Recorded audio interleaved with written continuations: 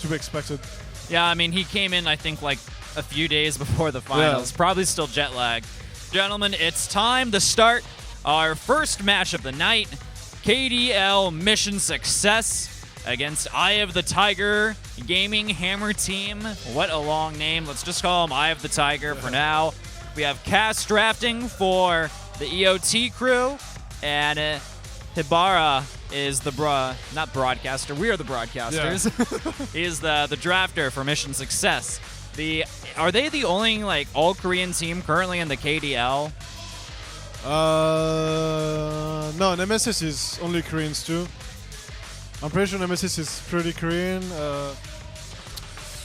Let me think. Yeah, I think Nemesis. The other ones, on top of my head, I can't really remember. That's a sign that there's still a lot of different foreigners on these. Yeah, like I know teams. MVP has. Well, actually, MVP is only Korean too. Yeah, I they're guess all so. ethnically Koreans. So it's just okay, it's like Koreans who lived in America or something, but they're still Koreans, all of them. Indeed, yeah. But I mean, I guess you could kind of like count people. I like to compare the Koreans that have lived abroad, or even have like an American They're or still Canadian Koreans, so citizenship. to me, I still consider the Koreans. They're still Koreans, but I look at them like foreigners participating in the KDL. Yeah, they're not Koreans, but they are living in Korea, practicing in the KDL. Oh yeah. So it's a little bit of a trade-off, I feel. Yeah, to be honest, like I don't feel like myself. I don't feel like a non-Korean player. Like to me, like I'm a Korean Dota player in my mind because I've been living here for a while now. So yeah, that's true. You've been here for I think 3 years. Yeah, 3 years. No, more than 3 years. 3 years and a half now, I think. You got Korean blood, that kimchi blood flowing through you, Karn. Yeah. For those of you who don't know, kimchi is fermented cabbage. It's extremely popular in Korea. Everybody eats it. I mean, even if you're a foreigner, you pretty much are forced to eat it. Well, it's good anyway. At first, like the first time I tried it, I was like, I don't know, I love it, man. It's whatever. But now I love it. Yeah. I had some kimchi earlier today. It was delicious. But let's go ahead and talk a little bit about this draft so far. We have a few bans getting slammed down, especially on the Slark, Nature's Prophet for Mission Success. And got a nice shot of Rior from Eye of the Tiger. Generally handles their mid lane. Who has to be said he's Japanese.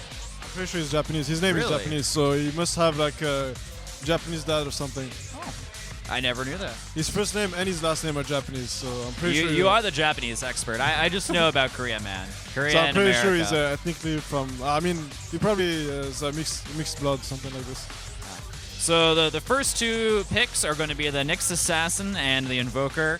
I mean, these guys have been either banned first round a lot, or they get picked up quite quickly. What are your thoughts on these heroes in the current meta?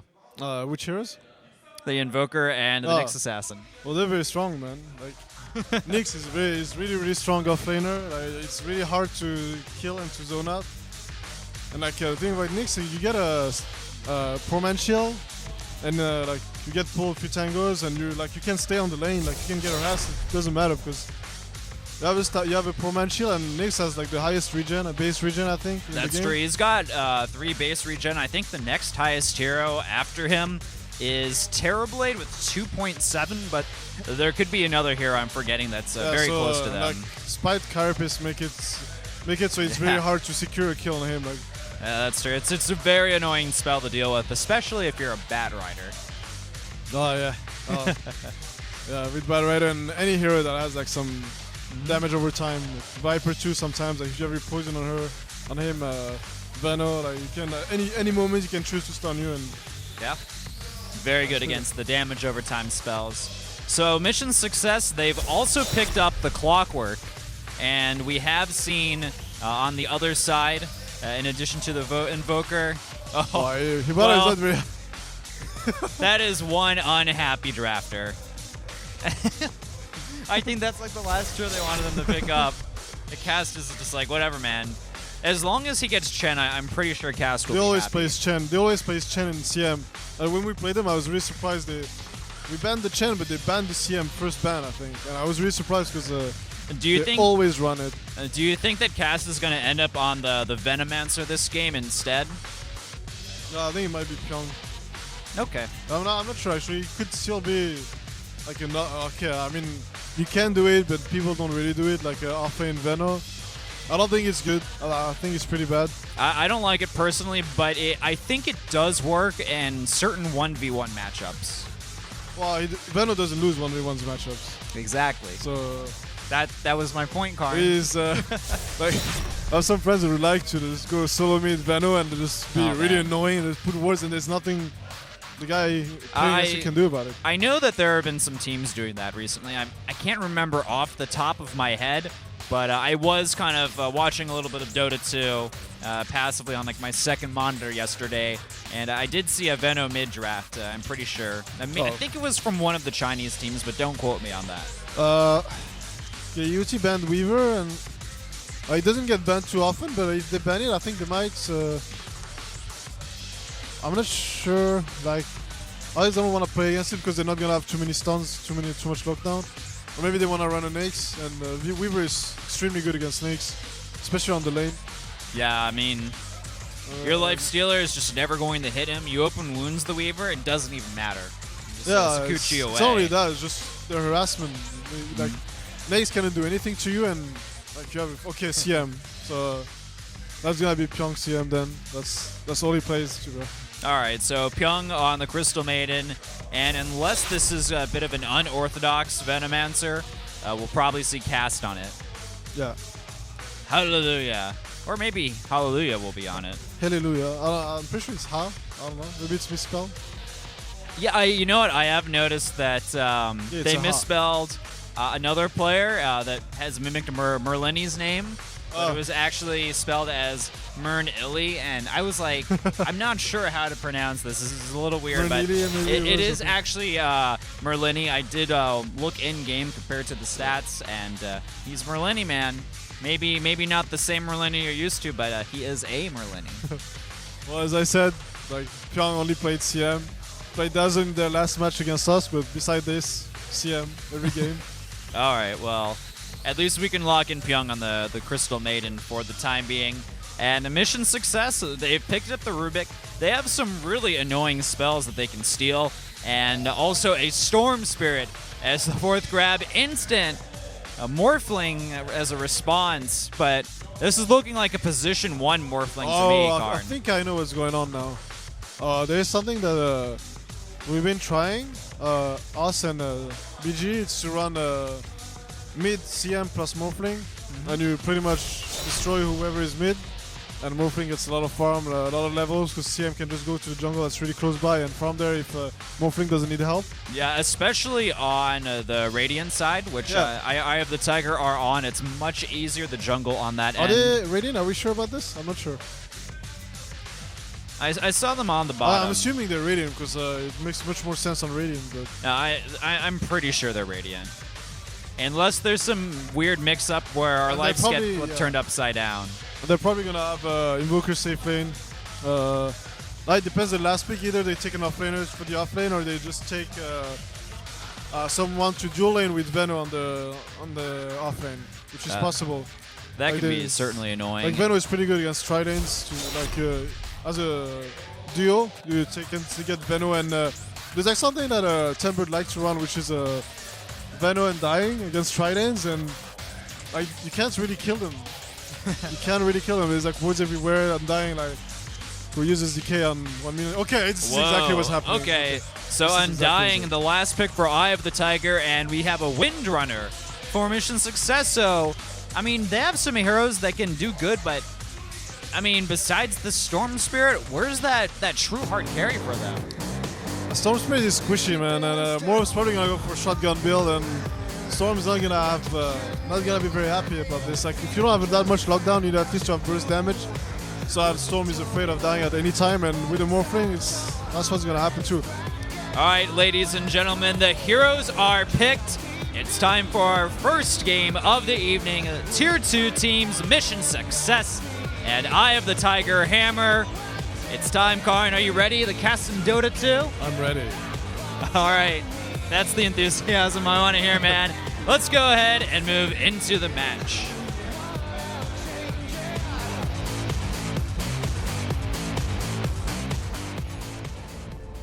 Okay, so it seems CM's going bottom.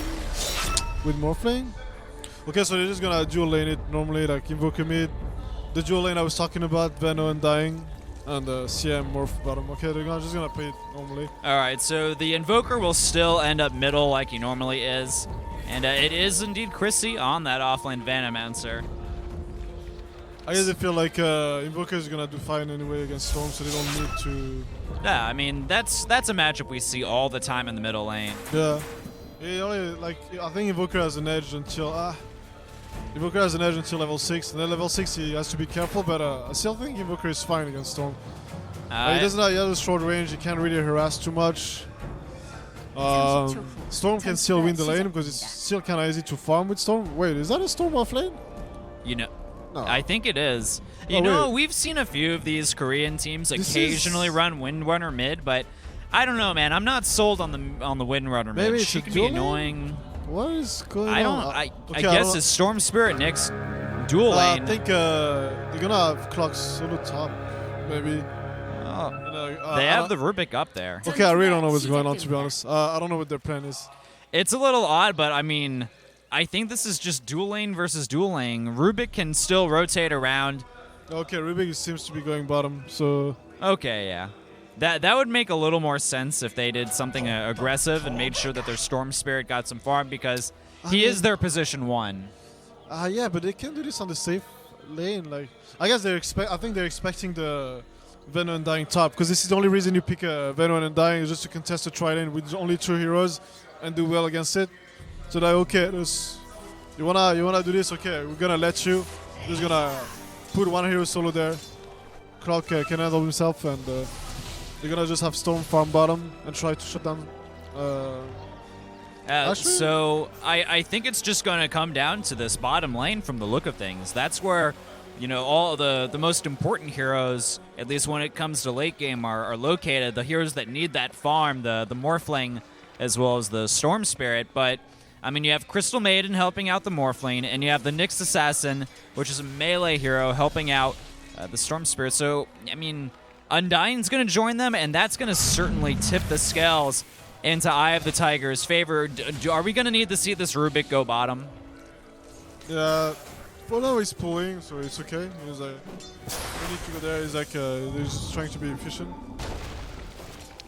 It's a little bit of annoying harassment on both ends, but I mean, there's the DPS is not here to finish off anyone in the top lane. Yeah, there's not gonna be like they can kill Veno though.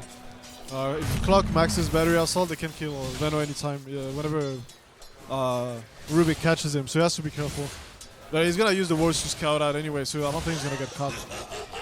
I think that, yeah, this Storm Spirit in the off lane, I don't know, man. I'm feeling a little antsy about it. Yeah, I don't like it. I really don't like it. I mean, Storm safe lane is good because you get your OK really fast, or you can even go straight for Bloodstone, and then you can start killing, like moving around the map and picking off people. But yeah, man, you just stomp on noobs all day. Like, he's gonna be dual lane against dual lane. He's not gonna have free farm, and Storm is not the strongest laner. Like dual tri-lane. Actually, it's pretty bad. So. Now, what about Art on the Windrunner? He did go for an early Null Talisman to get some extra damage and stats in, but how is he going to do against the Invoker? And just as I say that, we do have a pause, but Storm Spirit has kind of rotated mid, and we did see an all caps for a half of second there. Keyboard problem seems to be the issue. Well, I think he just has to disable his caps lock key, and it's going to be fine, man. He's got to get rid of the caps lock key. Is that's the strategy for mission success if they want to take a win? If it was that simple, man. If only. They probably wish it was. I mean, if it was that simple, I don't know how fun Dota 2 would be. It would not be. I don't know if it would be being played in professional leagues across the world. Okay, I don't know what's going on with this one. I think it just goes like, okay, if Veno is solo top, I'm going to go farm there. Uh-oh. You know what? There's no Electric Vortex from the Storm Spirit. Chrissy's still playing relatively safe. Yeah, they're switching the lanes. They're like, okay, we don't need to be bottom for this. And you know what? This is 1 for 4. Or I guess 1 for 3. We had a rotation, but I mean, that's a lot of heroes that weren't getting any EXP for a little bit. Rubik, he's dead, man. This is not looking good for him. Nice cogs from Feel. I think that saved him. Yeah, he could have killed him. He could have just waveformed in and gotten the kill. He's level 3, so I think it would have been enough damage. I guess Jeho is just playing pretty conservative. He didn't want anything weird to happen. I mean, they were getting close to that tower. There could have been someone that teleported in to help them out potentially at the last second, but you know, maybe with a little bit more guts, Jeho could have secured that first blood. I think so. He has morph, so he can't really die. He had enough mana. Yeah, I mean, he does have the morph. That's a great point you bring up. It's like, who's gonna TP to support anyway? I guess Nyx, but I'm not sure Nyx has a TP. Yeah, unaware of that. I don't know, but I'm pretty sure I don't think he has a TP. Like, Venom could tell him, oh, okay, Nyx doesn't have a TP, you can go for it. Man, mission success. They have really rotated their heroes all over the map. The Storm Spirit started at bottom. He went to mid lane, and now he's finally getting some farm up in the top, which is, I think, where we can both agree he should have been from the get-go. Yeah. But like they managed to shut down the morph though. Like, he has only 14 CS at 4 minutes. Yeah, that's actually, they did a pretty good job shutting him down. And Storm is pretty behind. It's kind of a little bit behind, but it's okay. The Windrunner is keeping up. Invoker, obviously. Is it a Wax Invoker? Okay, he got Phase Boot, so he's probably a Wax Invoker. Invoker's in a pretty good position at this point, level-wise and last hit-wise, up to 24 before the 5-minute mark, which is generally, you know, if you can get 50 last hits by 10 minutes, it means you're doing, you know, at least okay in your lane. Yeah, it means at least you're not doing bad. But by, like, at least for a safe lane, 10 minutes, you should have around 70 CS. Like, for a free farm lane, that is. Yeah, and around a free 70. farm. When you have a little bit of contestation, especially like in the mid lane, generally you're not going to get that max mid CS usually score. Is lower than that because it's not really free farm. You're like 1v1 against a hero, another hero. So. There's a lot of action in the bottom lane. There's Art. He's going for it. Nice is he going to get Jeho? No. There's a waveform forward. Oh my gosh. The first blood ends up going to Pyong of Eye of the Tiger. And in the top lane, the action's not done yet. They're trying to move in on the Storm Spirit. He's trapped by a ward. He can't get out of there. Oh, but he does manage to pick it off. Might die, doesn't he? Oh, wow. He's extremely low on health. He's going to survive, but man, that is cutting it close from mission success. And we could have seen them kill off Morphling, but because of that morph ability, it's so hard to pick him off if you don't have any hard stuns early on in the team fight. I mean, the morph pick right after the Storm was picked off is a little bit questionable because Storm is pretty good against Storm. You can against morph. I mean, you can zip in from anywhere as soon as you have Orchid, and if he's not morphed in if he's morphed too much Agi, he's probably gonna die to the Storm, even solo. So the fact that they got like a good start is gonna really help the morph pick work against the Storm. I don't think he's going to get an Orchid anytime soon. Yeah, that's the problem. The Storm Spirit, his start has been anything but stellar. He has picked up his power treads, though, and generally we have seen people a lot of the time just go naked boots into Orchid, especially if they're doing good early on. But there we go. We have Electric Vortex hitting cast. He's healing himself up. Too much tankiness, and those annoying Venomancer wards nearby are going to keep him alive and healthy, at least for the time being. Yeah, he's not level 6, so he couldn't commit to it. If he's level 6, he would probably try. Upfield, is he going to get hit? Indeed, he will get hit. Waveform, follow-up, Jeho securing a kill. O'Hara, look at this. Jeho will not overextend, man. He's playing this as safe as possible. And it's actually an Exort Invoker. When I saw Facebook, I thought it was going to be a Wax, because usually on the Exodo, you don't really need the damage, and it's not like you have you don't have Wex, so you can't really like go all out on the move speed. And I really prefer, and I really think like Boots of Travel is much better on a Exort Invoker. Do you think maybe he wanted just to be a little bit more active in these fights in the game, or at least earlier on? I guess it's playstyle difference. I used to do this too, like you get Phase Boots instead of just staying with naked boots until you get travels. But I guess, yeah, I think he's probably, he's going to be active. He didn't go for Midas, so he's going to join the fights.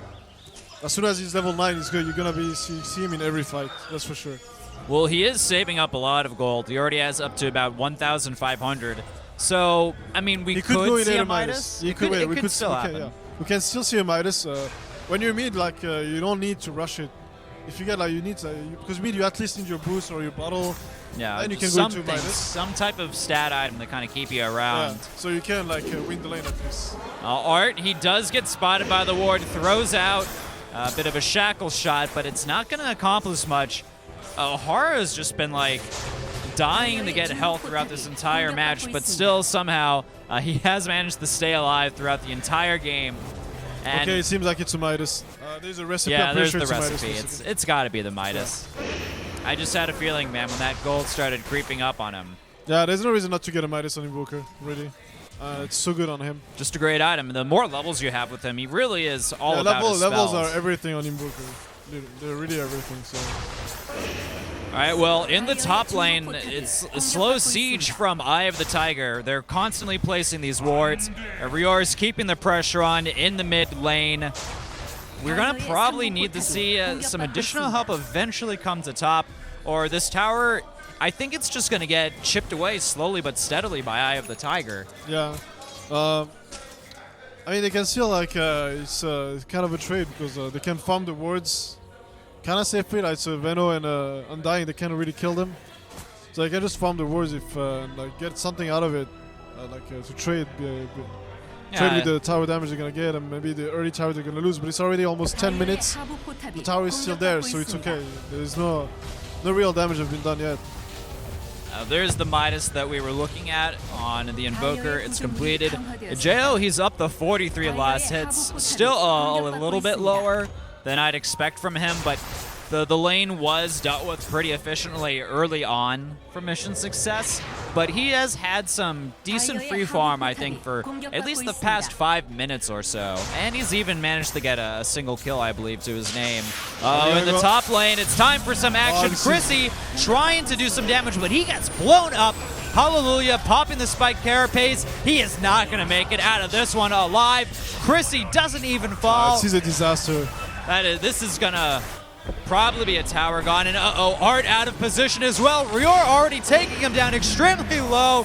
Pyong finishes him off with a blast of cold, and we are already seeing a 5-0 lead for Eye of the Tiger under 11 minutes into the match. This is probably an indication of things that come for mission success. I don't see this ending well at all for them. Yeah, like, actually there's one thing that happened a little bit earlier when Windrunner TP'd bottom. She left the lane, which is already not good. She didn't get any kill, and she also even died to the morph. She basically she fed. That's what she did. Yeah, like I think this is the point where all the momentum went into EoT's favor. It was like mid, like you don't really want to leave mid if it's not to get a kill or two, or get a tower, get something significant, because then you leave your opponent mid like free farming and able to pressure your tower. And not only did he get anything, he even died to the enemy carry. Oh, we see Hallelujah. He's going to break the Vendetta, but the stun is missed. Heal keeps Byung around for a little bit longer, and there's 2 additional deaths on the board. Make it 3 down. Mission success. It's not working for them. Nothing is working. They're getting blown up. The heals from Eye of the Tiger are good. They're keeping their members alive. A second tower to their name. Oh man, this is turning into a stomp. In the bottom lane, Jo, I think he may even get a kill on Art despite the double damage. He's trying to escape. Do we have any time left on the win run? Oh, Waveform to secure the kill. And there may even be another death up at the top. Storm Spirit, he needs the zip out of there. Oh man, this is a disaster, Karn. This is ugly. This is ugly from Eye of the Tiger, who also have a, well, before I can even say that, double stun strike hit. First death finally for mission success, getting a kill on the Crystal Maiden, but still, it's a trade 1-for-1 against the Clockwork, which I'm sure Eye of the Tiger aren't going to lose any sleep over. Yeah, this is now they're gonna keep pushing, man. They have an Undying and a Veno. They can just, and Invoker that has double Force Spirit, they can just keep pushing non-stop. There is no reason to go back. Morphling can push lane by himself, and he has no chances of dying. They can't kill him. I guess like No, I don't think they can kill him. Even if he runs out of mana, he would have to be like really careless and waste his mana for no reason and then get mana burn or something. But even then, I think there would be like TP reactions and help from his team in time to save him, even if he would come to this. Well, Storm Spirit is going to hit Jo with a single right click and nothing beyond that. He's still, you can tell Mission Success's entire roster is pretty afraid at this point. I don't even know if they can contest at the tier 2. Maybe they just need to wait it out at the tier 3. There's a shackle shot. Oh, Art. I don't know if he can survive this one. The Sunstrike misses. The wind run is off. It's on cooldown now. Nice job from Hallelujah, keeping his team alive. A few stuns as well. Jo may end up falling. He's trying the waveform out of there, gets a kill, and he stays alive. 2 dead for Mission Success as both the Nyx Assassin and Clockwork don't make it out of that engagement alive. With Storm Spirit forced to go to the well and lick his wounds. It's another tower for Eye of the Tiger, and they have so much sustainability in this lane. Jeho will return home, but that was like even with the really good initiation the Mission Success had, it was not enough. All they could do is pick up a CM, and that was it. Like if after this, like they can't get any more than a CM, it's not gonna get any better. So I don't see a way out for them. It's looking pretty bad. So Karn, based on lineup and individual skill, we'll hold that thought. O'Hara throwing Jo in the air. He doesn't even care at this point. He's just healing up, using that strength changer. But Young at the same time, will he die a 3rd time? Yes, he is. We do see a Storm Spirit grabbing a kill, but I think he may trade his life for that Crystal Maiden. He's trying to run around and survive. It's not going to happen. Rior gets the kill and feel low on health as well. Waveform, Jo with another kill to his name. This Undying, man, he is 1-0-10, helping out his team immensely in these fights, and that's the final tier 2 tower down 15.5 minutes into the match for Eye of the Tiger. Mission Success simply getting outclassed. Mission failed, if I would say. I use that joke every time they lose. Yeah, I know, but besides, I had to. But I don't blame you at all. Also, what's up with this rave name here? I know Eye of the Tiger said that they were going to officially change their name, but they haven't really done anything in the KDL beyond the in-game change. Because they can't. They have to play the whole tournament within this team name. They can't really change it for now. We'll have to wait next season, basically. But I'm sure that the KDL is a little annoyed with that, but I mean, they already did all of the production work.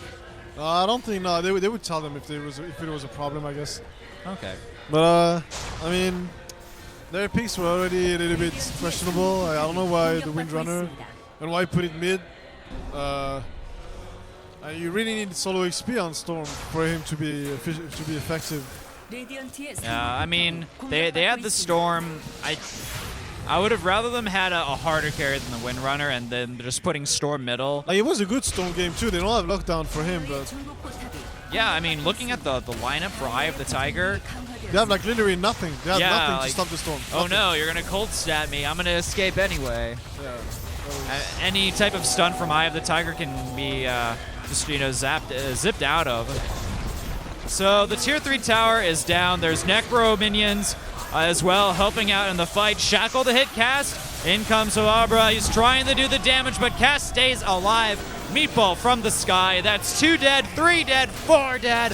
Buyback from the Storm Spirit. It's a team wipe. Will this be a dieback? Can the Storm Spirit even do anything? No, he can't. 17 minutes. GG. Eye of the Tiger with an incredible dominating game over Mission Success.